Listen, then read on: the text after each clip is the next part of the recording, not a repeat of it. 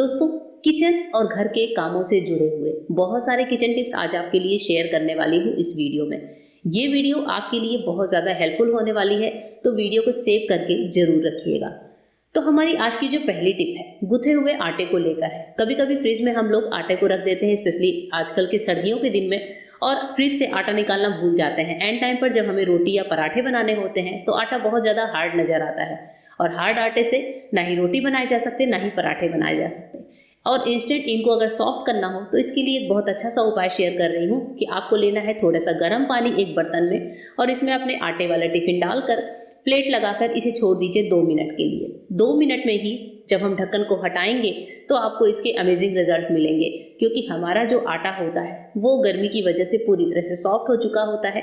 यही काम आप माइक्रोवेव में भी कर सकते हैं, अगर आपके पास माइक्रोवेव है और आप उसे यूज़ करते हो, या फिर माइक्रोवेव नहीं है, बिजली नहीं है, तो फिर आप ये सिंपल सी ट्रिक अपना सकते हैं। इस तरह से आटा तुरंत सॉफ्ट हो जाता है, और सुबह जब बच्चों के लिए टिफिन में रोटी पराठे बनाने होते हैं तो हमें प्रॉब्लम नहीं होती। तो फ्रिज से निकालने के बाद 2 मिनट के अंदर ही आटे को हम बहुत अच्छी तरीके से सॉफ्ट करके इससे रोटियां बना सकते हैं।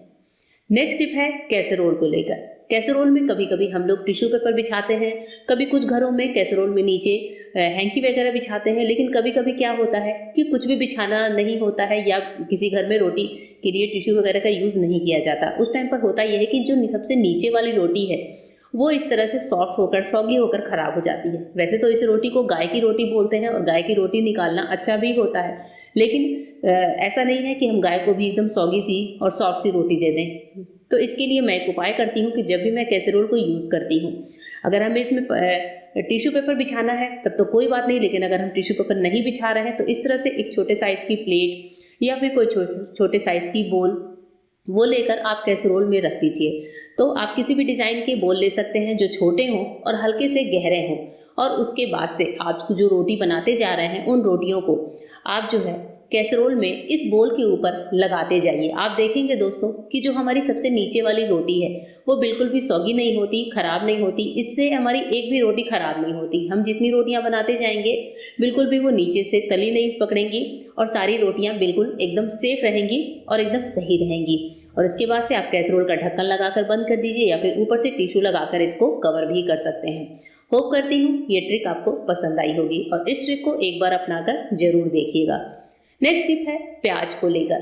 कभी कभी प्याज के छिलके हम उतार लेते हैं, पर इनको हम खर्च नहीं कर पाते। अब ऐसे छिले हुए प्याज जो होते हैं इनको हम अगर ऐसे ही फ्रिज में रखें तो इनमें से स्मेल भी आती है, और कभी कभी ऐसा भी होता है कि ये खराब भी हो जाते हैं, सूख जाते हैं ऊपर से।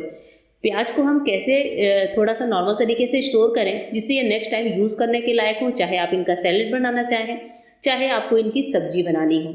और प्याज बिल्कुल ख़राब भी नहीं होते। इस तरह से जो मैं तरीका बता रही हूँ उस तरीके से आप प्याज को स्टोर करके 1 हफ्ते तक फ्रिज में छोड़ सकते हैं। बहुत ही औसम तरीका है दोस्तों। इसके लिए चलिए शेयर करती हूँ आपके साथ कि हमें एक ग्लास बोल में पानी ले लेना है, नॉर्मल पानी है, और इस पानी में हम डालेंगे थोड़ा सा वाइट विनेगर। जो चाउमीन वाला वाइट विनेगर होता है जिसे हम क्लीनिंग वगैरह में इस्तेमाल करते हैं, वो विनेगर हम लगभग 1 चम्मच डाल देंगे। अब ये हमारा विनेगर वाला पानी बनकर तैयार है, और इसी पानी में जो हमारे छिले हुए प्याज हैं वो सारे प्याज आप डाल दीजिए। अगर आपके पास ज़्यादा प्याज हैं तो आप बड़े बर्तन का भी यूज़ कर सकते हैं। और इस तरीके से ये जो विनेगर वाला पानी है ये प्याज को बहुत अच्छे से सेफ रखता है, और इस बर्तन को ढककर कवर करके आप फ्रिज में रख दीजिए। अगर आपके पास ग्लास का बर्तन नहीं है तो आप किसी स्टील के बर्तन को भी यूज़ कर सकते हैं प्याज को स्टोर करने के लिए। जो छिले हुए प्याज होते हैं वो पानी में पड़ने के बाद आराम से 10 से 15 दिनों तक सेफ हो सकते हैं। इस तरह से आप अपने समय की भी बचत कर सकते हैं प्याज को स्टोर करने के लिए। आइए आगे बढ़ते हैं नेक्स्ट टिप की तरफ। नेक्स्ट टिप जो है हमारी मसालों को लेकर है। कभी कभी क्या होता है दोस्तों, हमारे घर में एक पर्टिकुलर मसाला सबको बहुत पसंद होता है, और बार बार उस मसाले को पीसना, उसको भूनना, सब्जी बनाना, ये सारी चीज़ें पॉसिबल नहीं होती हैं। तो इसके लिए मैं एक उपाय करती हूँ कि जब भी, जैसे मेरे घर में ये सरसों के मसाले वाली सब्जी बहुत पसंद से खाते हैं, तो जब ये मसाला मैं ज़्यादा क्या करती हूँ, महीने में एक बार पीस लेती हूँ। इसको अच्छे से तेल के साथ भून लेती हूँ। इसमें जो भी नमक मिर्च मसाले मुझे चाहिए वो सभी कुछ मैं ऐड कर लेती हूँ। अच्छे से इसको भूनती हूँ दोस्तों, एकदम सिम फ्लेम पर। जैसे मसाला भूनता है वैसे ही सिम फ्लेम पर मसाले को भूनते हैं। इससे मसाले की क्वालिटी बिल्कुल भी ख़राब नहीं होती है। मसाला जब अच्छे से भून जाए तब हम इसको क्या करेंगे, एक ग्लास बोल में या फिर किसी एयरटाइट कंटेनर में जो एक्स्ट्रा मसाला है उसको निकाल लीजिए। अच्छे से ठंडा कर लीजिए और इसको कवर करके फ्रिज में रख दीजिए। ये जो भुना हुआ मसाला है ये 15 से 20 दिनों तक खराब नहीं होता। आराम से आप इसको जब चाहें, आपको दूसरे टाइम सब्जी बनानी हो, इस मसाले को निकाल कर आप सिंपल हल्का सा गर्म करिए, सब्जियां डालकर ग्रेवी लगा लीजिए। इस तरीके से कोई सा भी मसाला हो जब हम भून कर रखते हैं तो ये खराब नहीं होता है। इस तरह से हमारे बहुत सारे समय की बचत होती है। अब आते हैं नेक्स्ट टिप की तरफ। नेक्स्ट टिप है ग्रीन वेजिटेबल्स को लेकर। जो हमारी हरी सब्जियां होती हैं जैसे बथुआ, पालक, मेथी, आजकल तो मार्केट में इनकी बहुत आयत आई हुई है, आपको ही पता है। हम इनको जब पॉलीथीन में स्टोर करते हैं तो ये थोड़े पानी पानी से हो जाते हैं। सब्जियों का क्रंच बनाए रखने के लिए एक टिप शेयर कर रही हूँ कि अगर आप हरी सब्जियों को ऐसे रखेंगे तो ये सब्जी जो है आपकी काफ़ी दिनों तक क्रंची बनी रहेगी, पत्तियाँ बिल्कुल सेफ रहेंगी। इसके लिए जो उपाय मैं शेयर कर रही हूँ वो है फॉयल से जुड़ा हुआ। हमें यहाँ पर फॉयल का एक थोड़ा बड़ा सा टुकड़ा लेना है। अब फॉयल में ही मैं क्या करूँगी, हमारी जो बथुआ की हरी पत्तियाँ हैं वो डाल दूँगी। तो एक साथ आराम से देखिए, इतने बड़े फॉयल में मैं आधा किलो बथुआ की पत्तियाँ स्टोर कर रही हूँ। सारी पत्तियों को हम यहाँ पर ले लेते हैं और एक जगह पर ही रखेंगे, क्योंकि हमें यहाँ पर फॉयल की बनानी है थोड़ी पोटली सी। फॉयल को हल्के हल्के हाथों से लपेटते हुए फॉयल के अंदर ही सब्जी को पैक करना है। और इस तरह से दोस्तों जब हम सब्जी को पैक करते हैं तो हमारी सब्जी का जो क्रंच है, यानी कि पत्तियों का जो क्रंचीनेस है, जो फ्रेशनेस है, वो बनी होती है। अब इस पोटली को आप फ्रिज में रख लीजिए और इसमें रखी हुई सब्जी 10 से 15 दिन कहीं नहीं जाती है, बिल्कुल ग्रीन बनी होती है, सब्जियों का क्रंच बना होता है, पत्तियां बिल्कुल फ्रेश होती हैं और आपका जब जी चाहे तब निकाल कर इनको बना लीजिए। तो इस तरीके से नेक्स्ट टाइम आप भी सब्जी को स्टोर करके जरूर देखिएगा। तो दोस्तों चलिए जान लेते हैं हमारे थर्ड गिव अवे के विनर का नाम। कौन है वो लकी विनर? वो है तारा प्रिटी 3443, जिनकी आईडी है।